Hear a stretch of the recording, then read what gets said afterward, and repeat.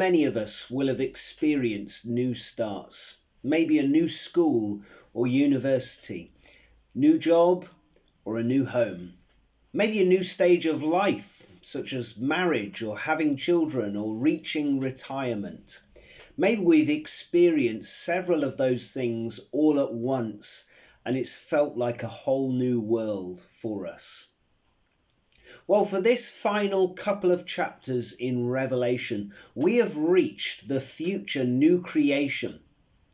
Now, if there's one thing I would want to stress about the book of Revelation, it's that most of the book, up until now, refers to this age that we're currently living through.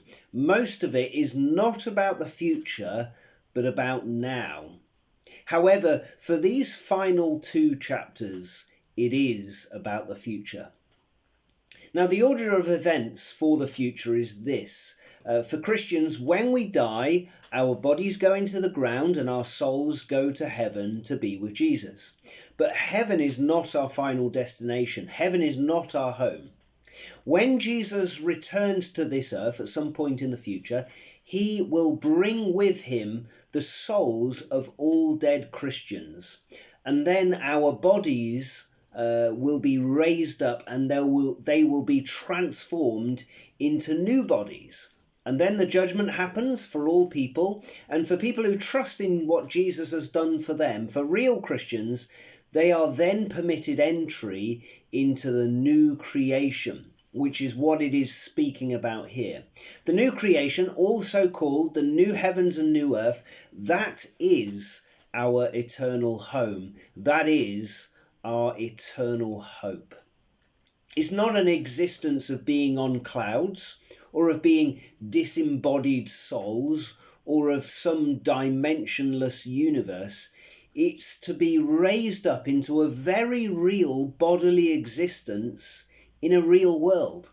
And it will be a place where heaven is joined with earth so that it's one place together.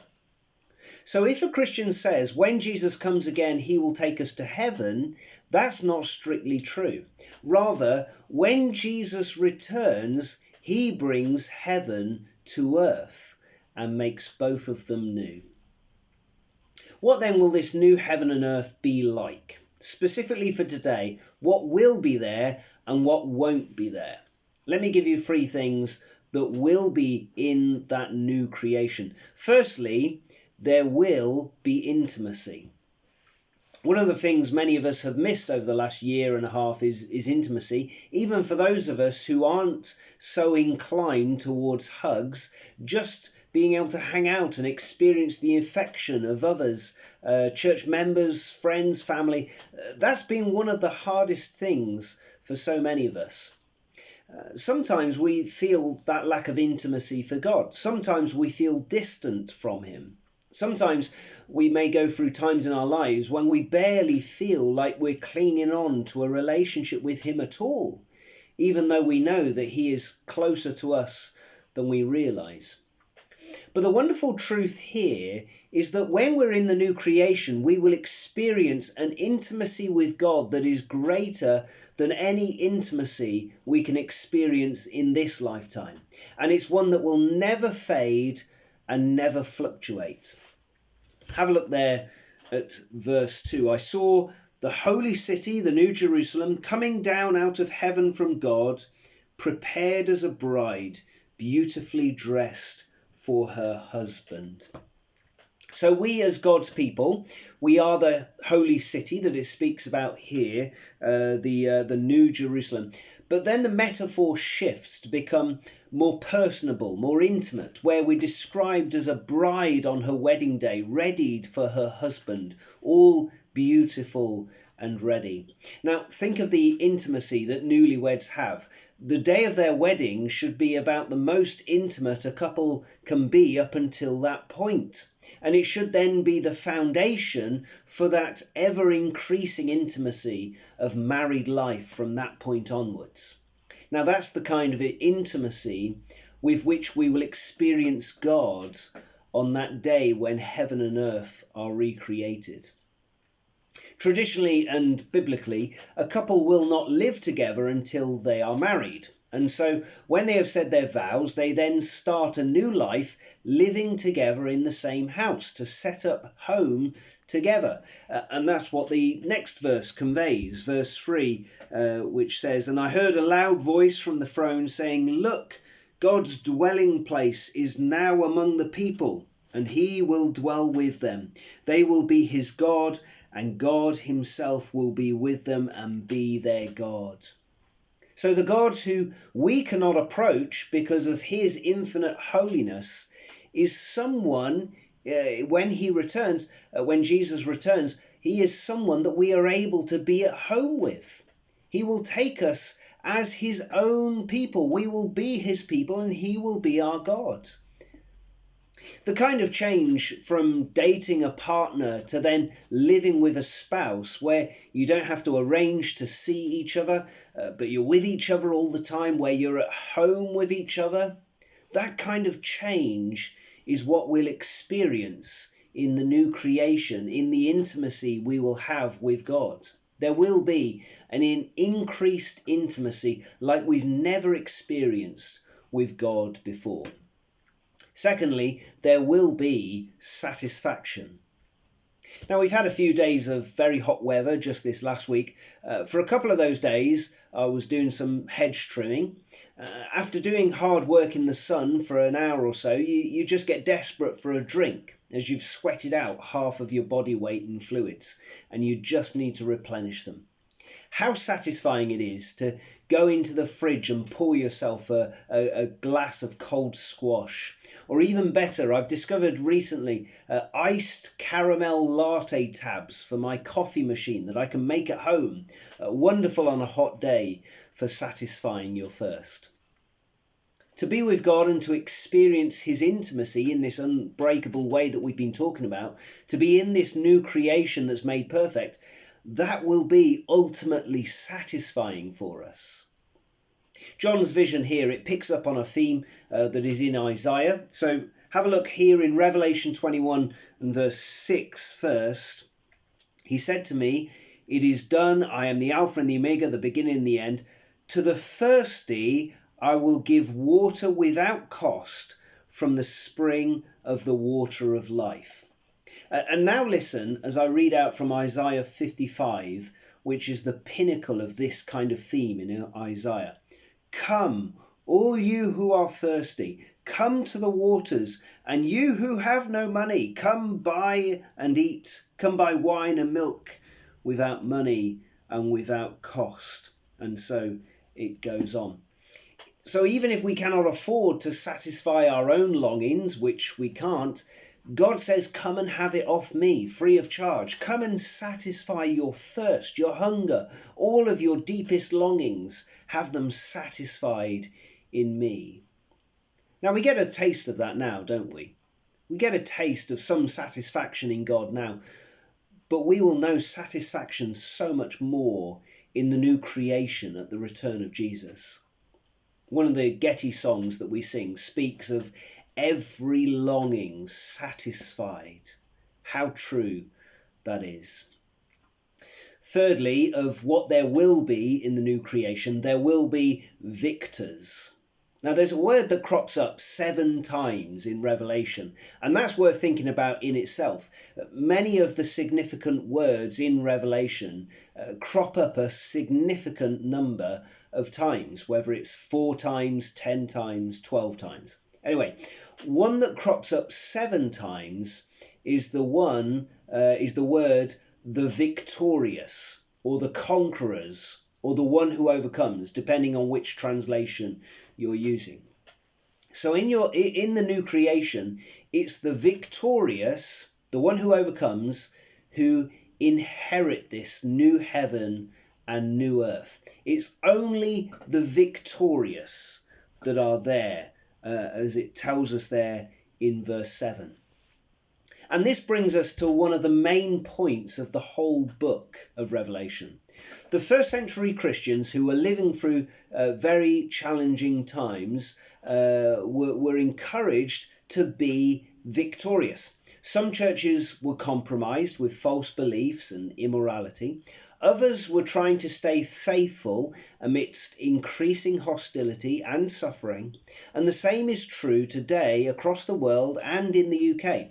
But the challenge for every Christian is the same challenge that was given to these first churches in the first century. That challenge was to stay faithful and therefore to be victorious, to be the ones who overcome. And we overcome the temptation to give up on the faith, to give in and compromise with the world. That's the challenge, to be victorious. After all, faithful Christian living makes us stand out like strangers in this world. So for the short amount of time that we do spend in this current world, the challenge to be faithful is very real. But for the infinite time that we spend in the new world, the reward to the victorious is also real and also unlimited in its scope. So the victor, that is the one who is victorious and faithful, the victor will inherit all of this. Now, this is written to professing Christians, and the challenge is for us who claim the name of Jesus. We need to ask ourselves, will we be faithful? Will we resist false teaching, which is much easier, and immorality, which also is much easier? Will we resist compromise, which again is much easier? Will we remain faithful even when it's the harder path and even when we're hated for it? If we are victorious by his help, and as verse 7 says, we will inherit all this. The victorious, they will be there. Now, when we think about what isn't going to be there, firstly, there won't be evil. Now, there's a line in here that doesn't sit well with surfers and anyone else who likes to do water sports in the sea, sailors, paddleboarders, whatever else. Did you spot it? It's at the end of verse 1 where it tells us that there will no longer be any sea. Now, there is a chance that this could be literal. If Jesus is going to remake this world, then he may choose to do away with the sea, and somehow it would still be better. Maybe he'd have to build inland surfing spots somehow. But I tend to think that this is more symbolic in its meaning. And that's because in ancient times, the sea was representative of chaos. The sea is always unpredictable, and in days when they couldn't forecast the weather so easily, it would have seemed even more unpredictable.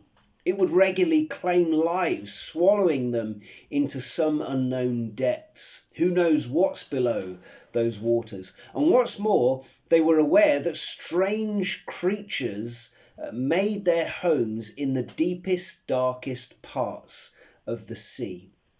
And that includes the biblical creature Leviathan, which in many ways represents the devil.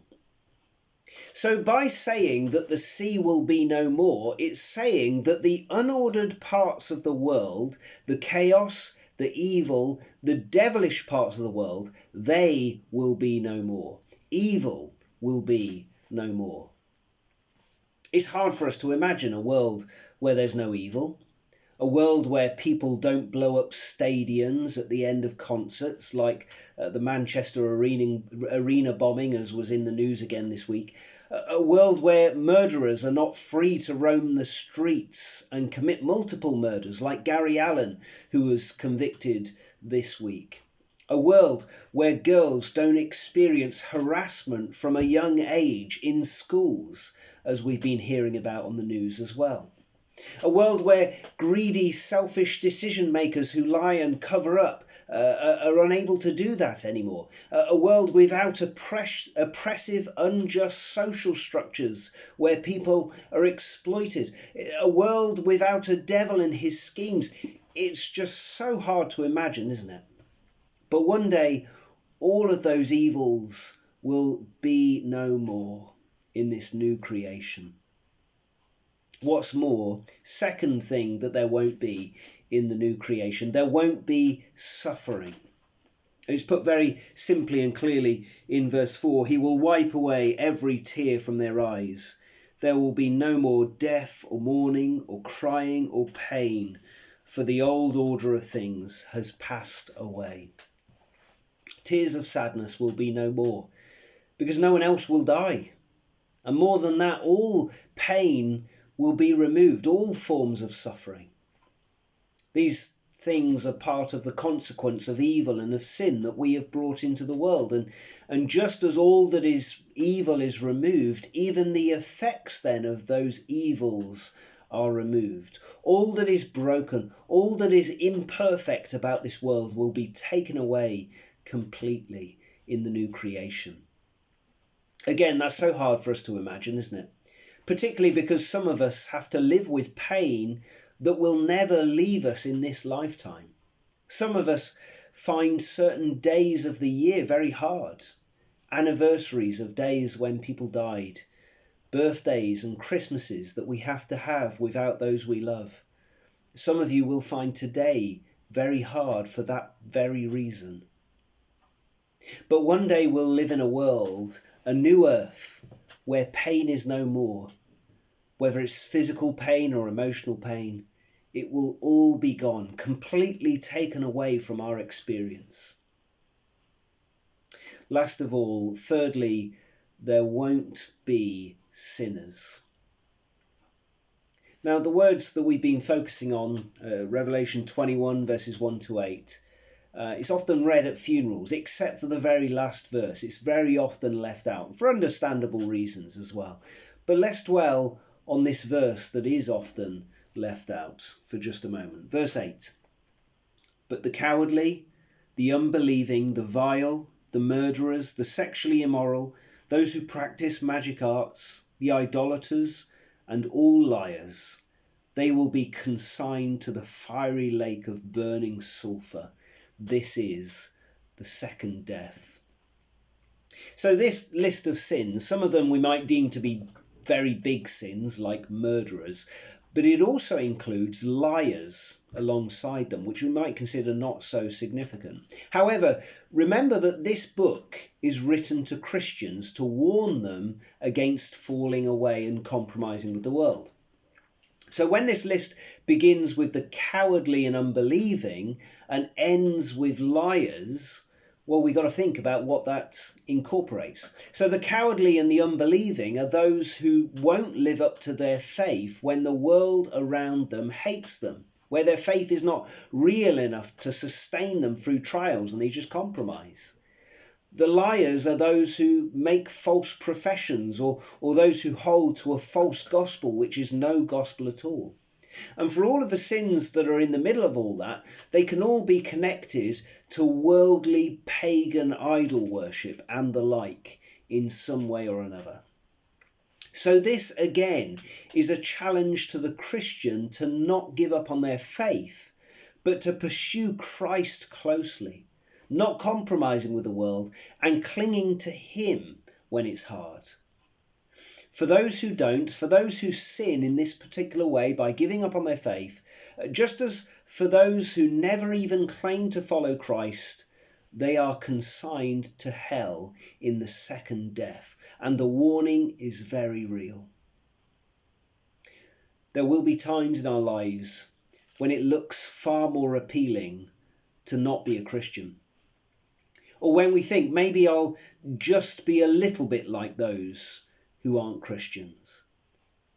The temptation is very real in school when you're young, but it's no less so when you're older and in the workplace. And I can well imagine that the temptation to compromise will be very real even into our retirement years. But we are called to be faithful, even when the world looks enticing, even when it's hard being a Christian, even when the world hates us as it hated Jesus, we are called to be faithful. And so be faithful, and we won't be excluded when Jesus returns. So the new heavens and the new earth, when Jesus returns, it will be incredible. not least because of what is there, the intimacy and the satisfaction, but also because of what isn't there as well, evil and suffering all taken away. But it's only for the victors and not for those who sin by unfaithfulness. But I want to ask one final question as we finish. Is this just a pipe dream? Is this pie in the sky when you die, as I've heard it put? Well, the words of verse 5 are given to assure us. Let me read verse 5. He who is seated on the throne said, I am making everything new.